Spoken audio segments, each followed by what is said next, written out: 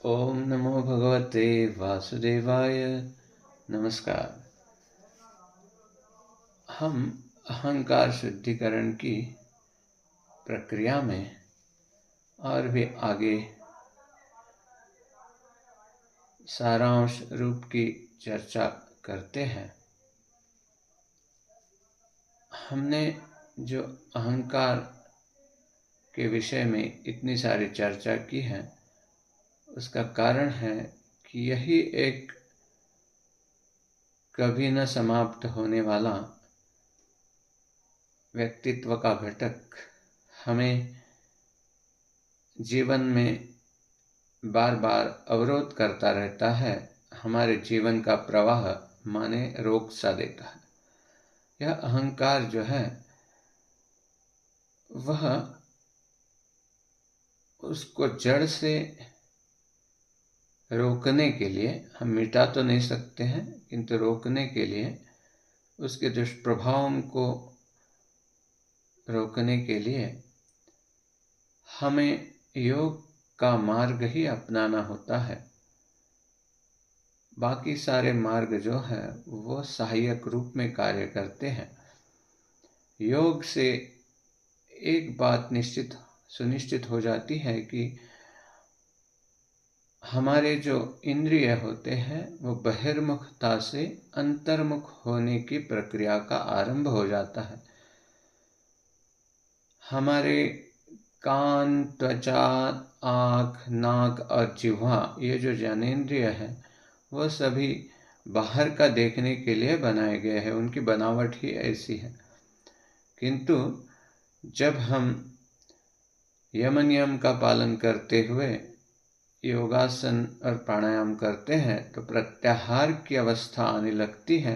उसमें हमारे सभी इंद्रिय स्व विषय असंप्रयोगे चित्तस्य स्वरूपानुकार इवेन्द्रियाणाम प्रत्याहारः,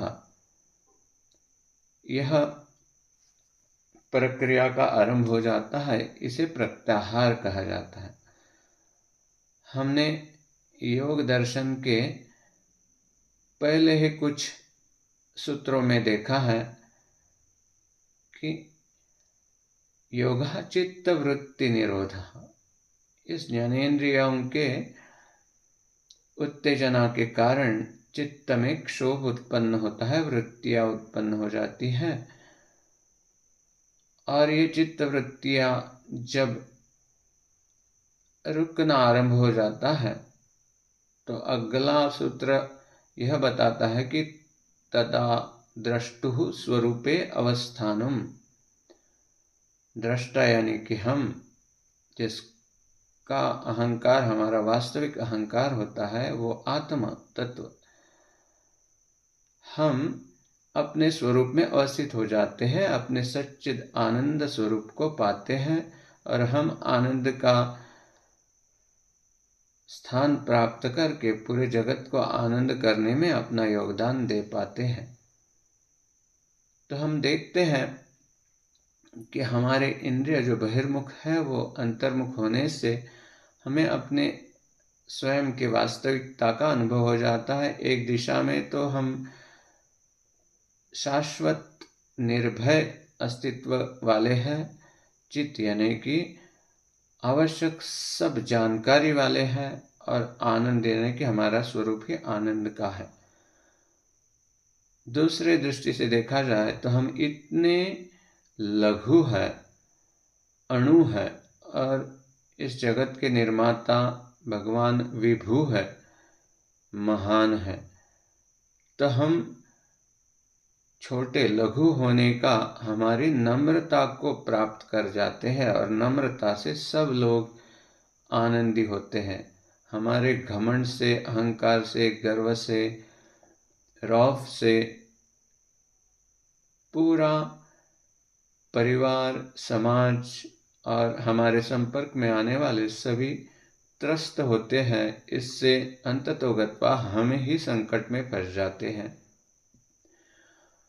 तो हमें आत्मनिरीक्षण का, इंट्रोस्पेक्शन का स्वभाव योग की विधाओं से आरंभ हो जाता है।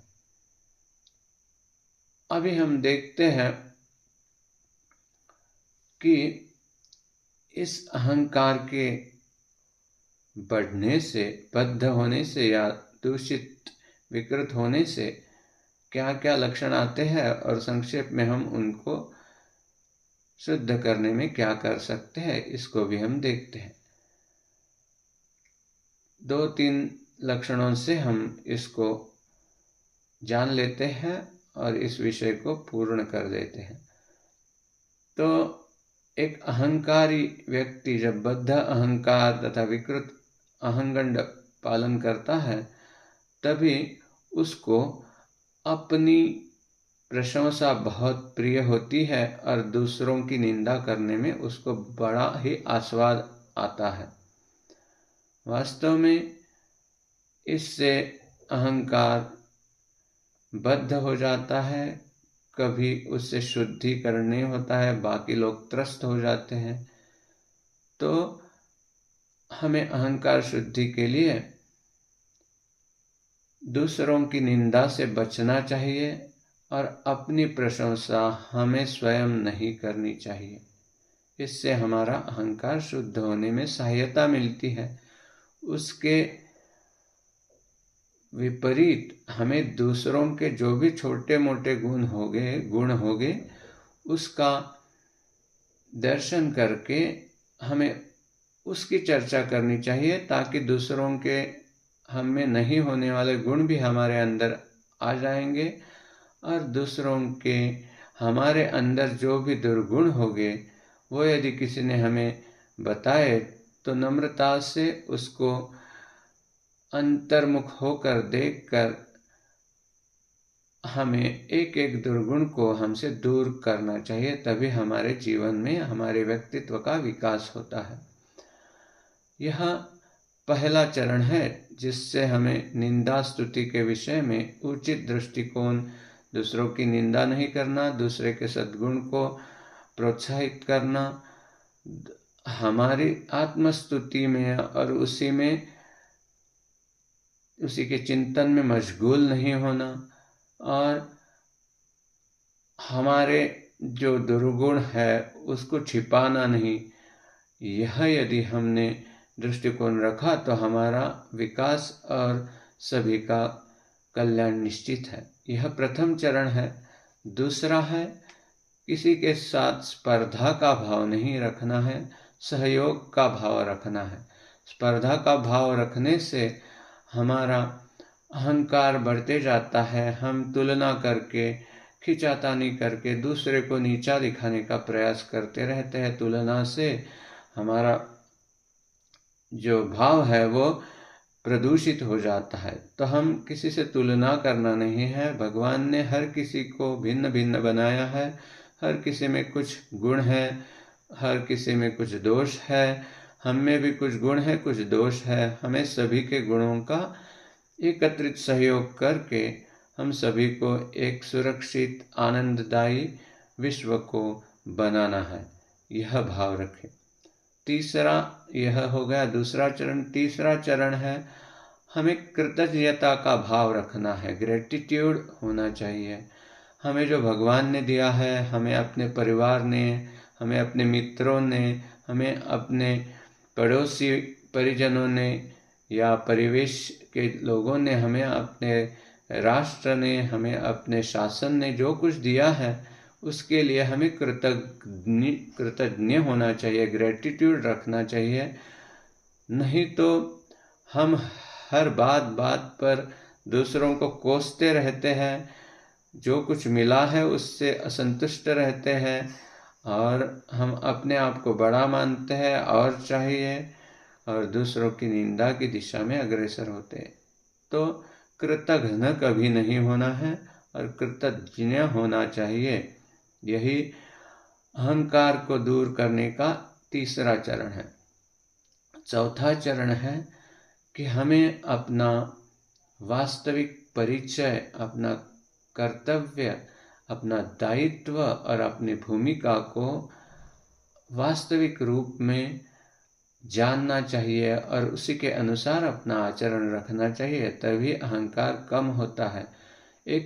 यदि कोई नौकर होता है और वो अपने आप को कुछ कारणवश या अवसर मिलने पर मालिक समझने लगता है, तब उसको वो आदत बन जाती है और मालिक जैसा अहंकार उसमें आना संभव हो जाता है, क्योंकि अपनी वो स्थिति न होने पर जो भी हम अपने आप को मानना आरंभ कर देते हैं, तो अपना अहंकार, बद्ध अहंकार और विकृत अहंकार होने में कोई देर नहीं लगती है।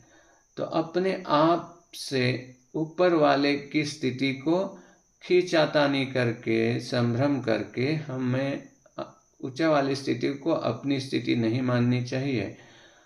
हमें अपने से नीचे और अपने से ऊपर वाले जो भी अपना बॉस और अपने नौकर दोनों के साथ समभाव से व्यवहार करना चाहिए। अपने आचरण में यथा योग्य आचरण करना है, किंतु ये जो भाव रखना, समभाव, सभी के लिए न्यायोचित व्यवहार करना, यह आवश्यक है। ऐसा करने पर हमें सभी से आत्मोपम्यन यानी कि आत्मदृष्टि से, जैसे भगवद गीता में बताया गया है कि विद्या विनय संपन्ने ब्राह्मणे गविहस्तिनी शुनि चैव श्वपाके च पंडितः समदर्शिनः, सभी के साथ वह समान भाव रखता है। तो आत्म भाव रखने से हमें अपना परिचय उचित प्रकार से होता है, और ऐसा होने पर हमें अहंकार, विकृत तथा बद्ध होने के दोष से मुक्त होकर अपना जीवन सार्थक बनाना संभव हो जाता है। हम अपने आप को बॉस या स्वामी न मानते हुए भगवान के सेवक मानकर हम अपना जीवन सार्थक कर पाते हैं। धन्यवाद।